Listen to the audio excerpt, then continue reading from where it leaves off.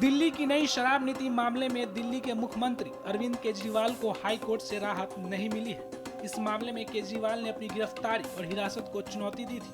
Court ने अपना फैसला सुनाते हुए केजरीवाल की याचिका खारिज कर दी है। दरअसल इस मामले में कोर्ट ने ईडी के पास पर्याप्त सबूत होने का हवाला देते हुए केजरीवाल की याचिका खारिज कर दी, जिसके बाद बीजेपी ने आम आदमी पार्टी पर जमकर निशाना साधते हुए कहा कि कोर्ट ने जो निर्णय दिया है इससे आम आदमी पार्टी का घमंड चकनाचूर हो गया है।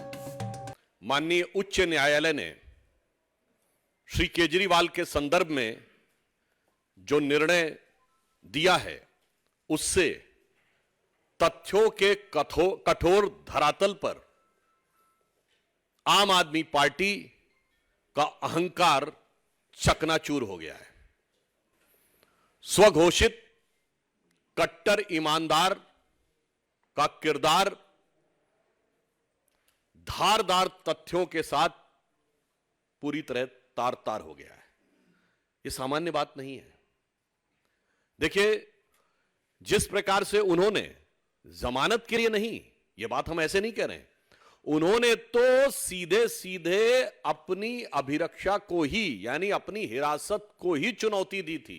अहंकार यह था कि मुझे छूट नहीं चाहिए, मुझे दूसरे को गलत साबित करना, इसलिए मैंने कहा कि वह अहंकार चूर चूर हो गया है।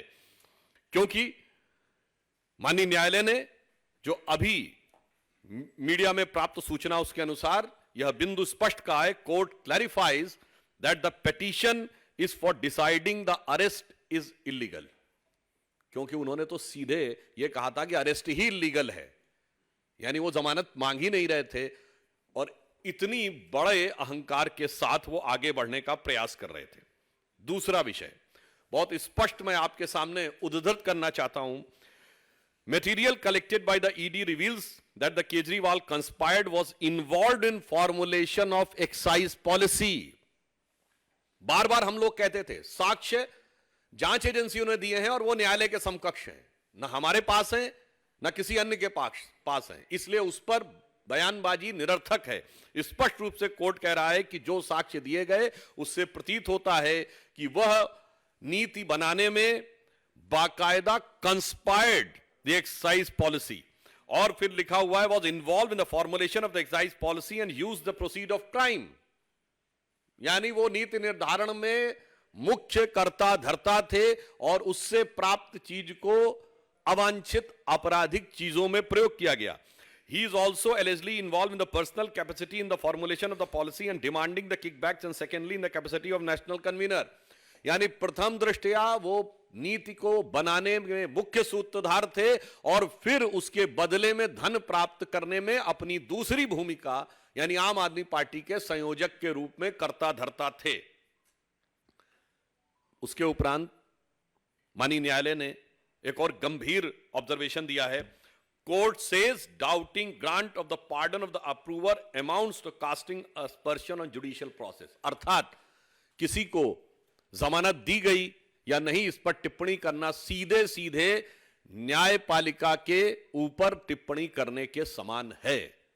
भाई अगर आप देखें तो इसी आधार के ऊपर अभी संजय सिंह जी को तो बेल मिली है। आप इस ढंग से राजनीतिक आधार के ऊपर कोर्ट के निर्णयों के ऊपर समीक्षा, आक्षेप और कटाक्ष नहीं कर सकते। इसके आगे और स्पष्ट रूप से कहा गया है, who gives ticket for contesting election and who purchases electoral bond is not the concern of the court. यह बहुत महत्वपूर्ण प्रेक्षण है, is a very significant observation by the high court कि किसको टिकट दिया गया, किसने इलेक्टोरल बॉन्ड लिया, इस विषय का कोर्ट की प्रोसीडिंग से कोई लेना देना नहीं है। अर्थात जो एक कानूनी विषय को वह राजनीतिक विषय बताने का प्रयास कर रहे थे, that was cleverly when he was trying to put a cover of technicality on their hidden motive of politicality which has been totally discarded by the court.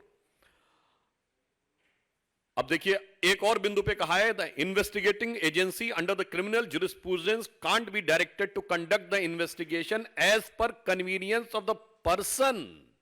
जो बार बार कहते थे कि ईडी हमें यह बताए कि इस तरीके से मुझे जवाब देना या उस तरीके से मुझे इस कैपेसिटी में बुलाया जा रहा है, इस कैपेसिटी में। बहुत स्पष्ट कहा है कि आरोपी को यह अधिकार नहीं है किसी व्यक्ति को कि वो ये तय करे कि किन नियमों, किन प्रावधानों या किस प्रक्रिया के तहत अथवा किस रूप में जांच एजेंसी उससे जांच करना चाह रही है।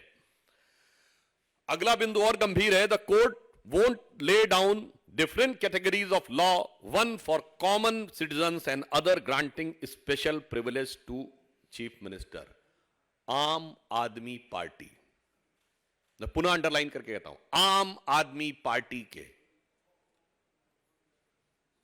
तथा कथित आम आदमी मुख्यमंत्री के बारे में स्पष्ट रूप से माननीय न्यायालय कह रहा है कि सामान्य यानी आम आदमी के लिए एक नियम और आम आदमी पार्टी के मुख्यमंत्री के लिए दूसरा नियम, यानी नाम तो आम, दीवाने आम, और चाहते हैं कि डील किया जाए दीवाने खास की तरह, तो यह खासो खुसूस खासियत पूरी तरीके से खारिज कर दी गई कोर्ट के द्वारा।